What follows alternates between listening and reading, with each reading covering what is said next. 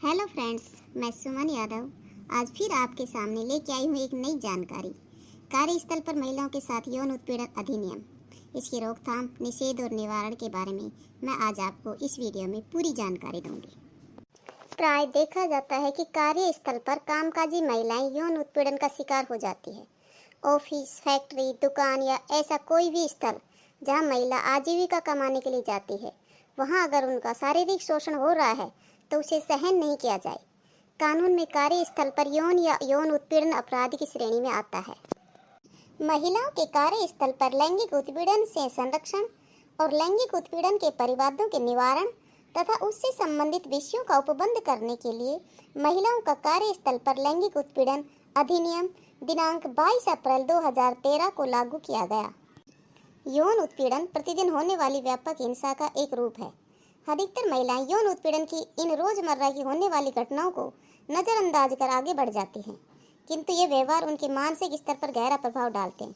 ये बहुत महत्वपूर्ण है कि यौन उत्पीड़न और मजाक के बीच फर्क समझा जाए। यदि हम हिंसा से विभिन्न रूपों को देखें तो जन्म से मृत्यु तक प्राय सभी प्रकार की हिंसा महिलाओं के जीवन में किसी न किसी रूप में मौजूद है। इस अधिनियम के उद्देश्य क्या है मैम? इस अधिनियम के निम्न उद्देश्य हैं। नंबर 1, महिलाओं के साथ कार्यस्थल पर होने वाली यौन हिंसा से बचाव, रोकथाम व शिकायतों का निवारण करना। 2, कार्यस्थल पर महिलाओं की लिंग समानता, कार्य करने अनुकूल व स्वतंत्र परिस्थिति प्रदान करना। 3, कार्यस्थल पर महिलाओं की सहभागिता सुनिश्चित करने के साथ ही उन्हें सुरक्षा की भावना के साथ आर्थिक रूप से मजबूत बनाना। 4, विशाखा मार्गदर्शिका के अनुरूप कार्यस्थल पर महिलाओं के संरक्षण संबंधी एक मजबूत कानून को प्रभाव में लाना। ये विशाखा गाइडलाइन क्या है मैम? सन 1997 में छोटे बच्चों की शादी ना हो, इसके लिए राजस्थान में एक संगठन वीमेन डेवलपमेंट प्रोजेक्ट काम कर रहा था, जिसमें स्थानीय महिलाएं भी थी। उनमें से एक थी भंवरी देवी। ये महिलाएं जो भी बाल विवाह होता वो रिपोर्ट कर देते और विवाह को रुकवा देते। तो स्थानीय लोगों को बुरा लगा और लोगों ने बाल विवाह में बाधा न बनने के लिए उस महिला के पति को कहा गया और हुक्का पानी बंद कर दिया। लेकिन भंवरी देवी तब भी नहीं मानी, तो लोगों ने उस महिला के साथ गैंग रेप किया।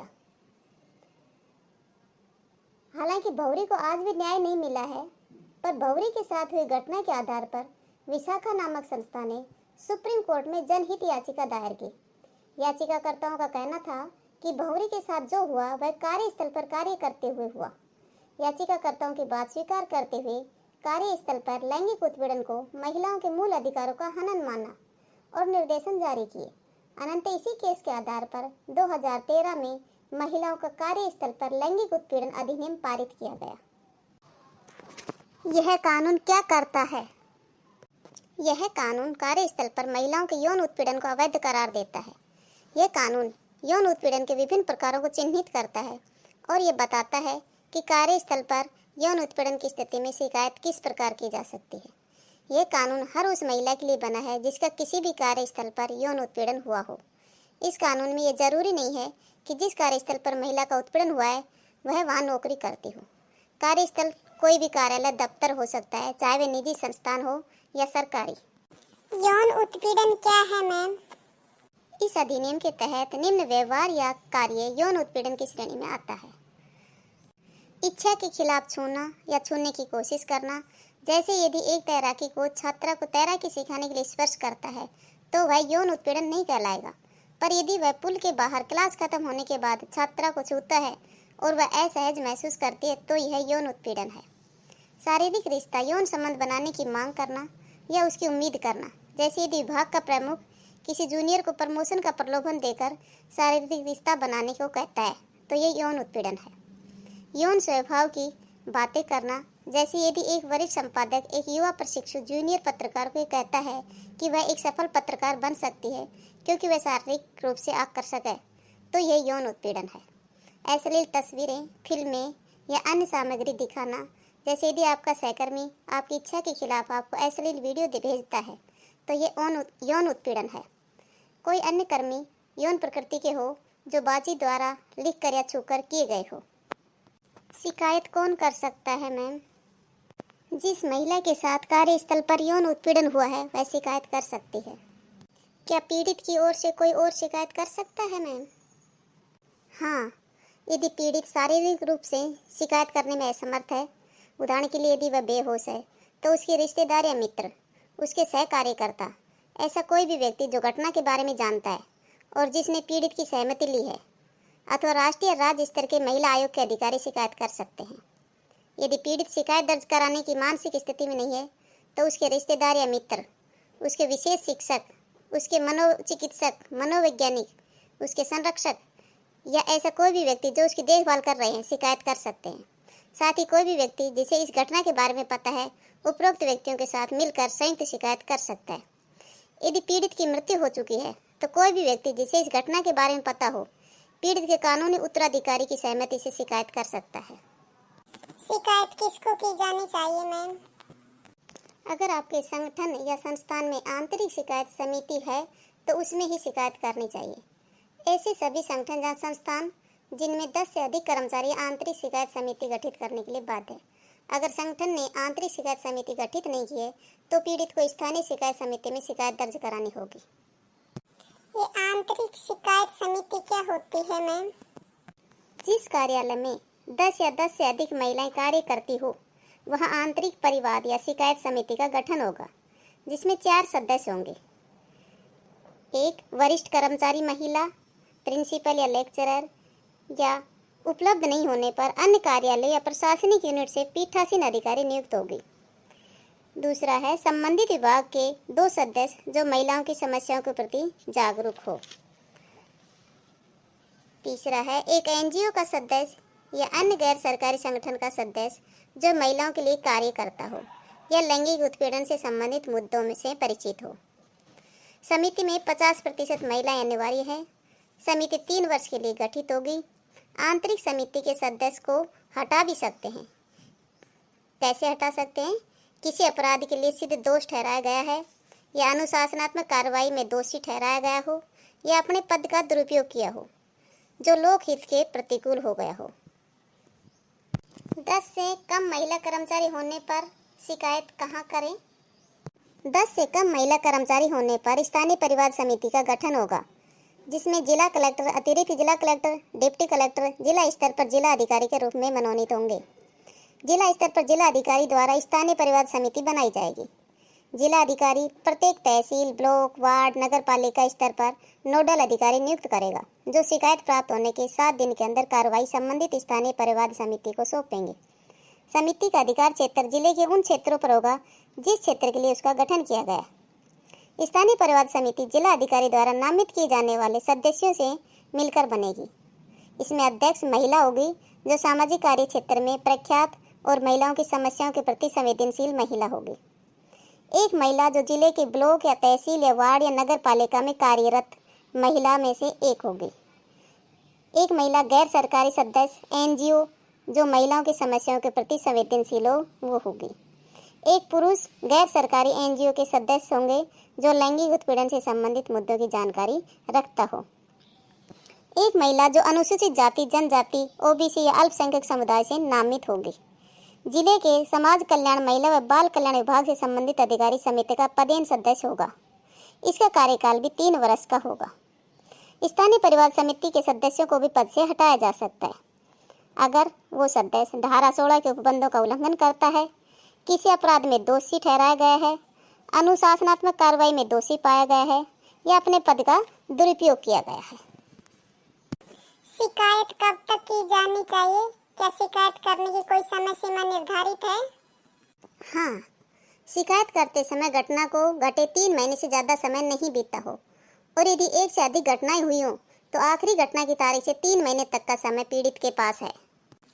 क्या ये समय सीमा बढ़ाई जा सकती है? हाँ, यदि आंतरिक शिकायत समिति को यह लगता है कि इससे पहले पीड़ित शिकायत करने में असमर्थ थी, तो यह सीमा बढ़ाई जा सकती है, पर इसकी अवधि और 3 महीने से ज़्यादा नहीं बढ़ाई जा सकती। शिकायत कैसे की जानी चाहिए? शिकायत लिखित रूप में की जानी चाहिए। यदि किसी कारणवश पीड़ित लिखित रूप से शिकायत नहीं कर पाती है, तो समिति के सदस्यों की जिम्मेदारी है कि वे लिखित शिकायत देने में पीड़ित की मदद करें। उदाहरण के तौर पर, अगर वह महिला पढ़ी लिखी नहीं है और उसके पास लिखित में शिकायत लिखवाने का कोई जरिया नहीं है, तो वह समिति को इसकी जानकारी दे सकती है और समिति की जिम्मेदारी है कि वह यह सुनिश्चित करे कि पीड़ित की शिकायत बारीकी से दर्ज की जाए। शिकायत दर्ज करने के बाद क्या होता है? यदि वह महिला चाहती है तो मामले को कंसिलिएशन या समाधान की प्रक्रिया से भी सुलझाया जा सकता है। इस प्रक्रिया में दोनों पक्ष समझौते पर आने की कोशिश करते हैं, परंतु ऐसे किसी भी समझौते में पैसे के भुगतान का समझौता नहीं किया जा सकता है। यदि महिला समाधान नहीं चाहती है तो जांच की प्रक्रिया शुरू होगी, जिसे आंतरिक शिकायत समिति को 90 दिन में पूरा करना होगा। यह जांच संस्था या कंपनी द्वारा तय की गई प्रक्रिया पर की जा सकती है। यदि संस्था या कंपनी की कोई तय प्रक्रिया नहीं है तो सामान्य कानून लागू होगा। समिति पीड़ित आरोपी और गवाहों से पूछताछ कर सकती है और मुद्दे से जुड़े दस्तावेज भी मांग सकती है। समिति के सामने वकीलों को पेश होने की अनुमति नहीं है। जांच के खत्म होने पर यदि समिति आरोपी को यौन उत्पीड़न का दोषी पाती है तो समिति नियोक्ता अथवा कंपनी या संस्था आरोपी जिसका कर्मचारी है को आरोपी के खिलाफ कार्रवाई करने के लिए सुझाव देगी। नियोक्ता अपने नियमों के अनुसार कार्रवाई कर सकते हैं। नियमों के अभाव में निम्न कदम उठाए जा सकते हैं: लिखित माफी, चेतावनी, पदोन्नति, प्रमोशन या वेतन वृद्धि रोकना, परामर्श या सामुदायिक सेवा की व्यवस्था करना, नौकरी से निकाल देना। झूठी शिकायतों से कानून कैसे निपटता है? यदि आंतरिक समिति को पता चलता है कि किसी महिला ने जानबूझकर झूठी शिकायत की है तो उस पर कार्रवाई की जा सकती है। ऐसी कार्रवाई के तहत महिला को चेतावनी दी जा सकती है, महिला से लिखित माफी मांगी जा सकती है या फिर महिला को पदोन्नति या वेतन वृद्धि रोकी जा सकती है या महिला को नौकरी से भी निकाला जा सकता है। हालांकि सिर्फ इसलिए कि प्रमाण पर्याप्त नहीं है, शिकायत को गलत नहीं ठहराया जा सकता, इसीलिए कुछ ठोस सबूत होने चाहिए, जैसे कि महिला ने किसी मित्र को भेजे ईमेल में ये स्वीकार किया गया हो कि शिकायत झूठी है। जांच के लंबित रहने के दौरान क्या कार्रवाई होगी? पीड़ित महिला द्वारा किए गए अनुरोध पर यथास्थिति आंतरिक समिति या स्थानीय समिति नियोजक को निम्न सिफारिश कर सकेगी: 1. पीड़ित महिला या प्रत्यार्थी का किसी अन्य कार्यस्थल में स्थानांतरित करना। पीड़ित महिला की 3 मास की अवधि तक छुट्टी मंजूर करना। पीड़ित महिला को ऐसी अन्य राहत प्रदान करना जो विहित की जाए।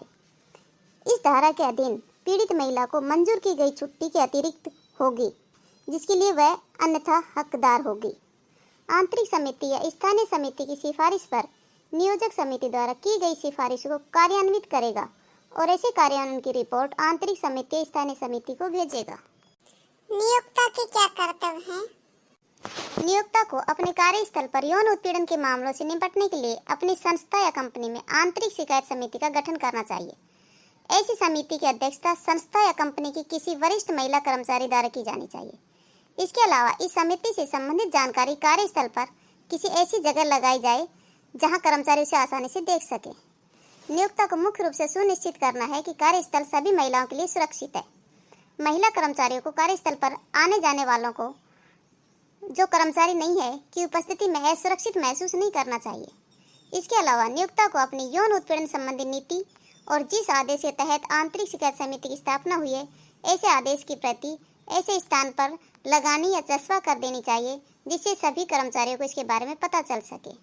नियोक्ता को यौन उत्पीड़न के मुद्दों के बारे में कर्मचारियों को शिक्षित करने के लिए नियमित कार्यशालाओं का आयोजन करना चाहिए। उन्हें अपने सेवा नियमों में यौन उत्पीड़न को भी शामिल करना चाहिए और कार्यस्थल में इससे निपटने के लिए एक व्यापक नीति तैयार करनी चाहिए। और महत्वपूर्ण क्या कदम उठाने चाहिए? पहला, कानून और नियमों को ठीक से जानें। आपके लिए ये जानना बेहद ज़रूरी है कि इस संबंध में नीतियाँ क्या कहती हैं, ताकि आप उसके अनुसार तैयारी कर पाएँ। साथ ही अपने कानूनी अधिकारों को जानें, इससे संबंधित कानूनों को पढ़ें या किसी कानूनी जानकार से विकल्पों के बारे में जानकारी लें। सबसे पहला कदम ये उठाएं। उत्पीड़न के मामले में जो सबसे पहला कदम उठाना चाहिए वो ये है कि आप सीधा जाकर उस व्यक्ति से बात करें जो आपको परेशान कर रहा है और उसे इस बात का अंदेशा दें कि आप बर्दाश्त करने वाले या चुप रहने वालों में से नहीं हैं। उसे इस संबंध में एक लिखित चेतावनी भी दें। यदि उससे बात कर कोई फ़ायदा न हो तो अपने सीनियर से इसकी शिकायत करें। अपने HR ह्यूमन रिसोर्स मैनेजर को भी इसमें शामिल करें ताकि वे आपके आगे की कार्रवाई के बारे में सूचित कर दें। इस मामले को अब लिखित बनाएं, पीड़ितों और गवाहों को जुटाएं।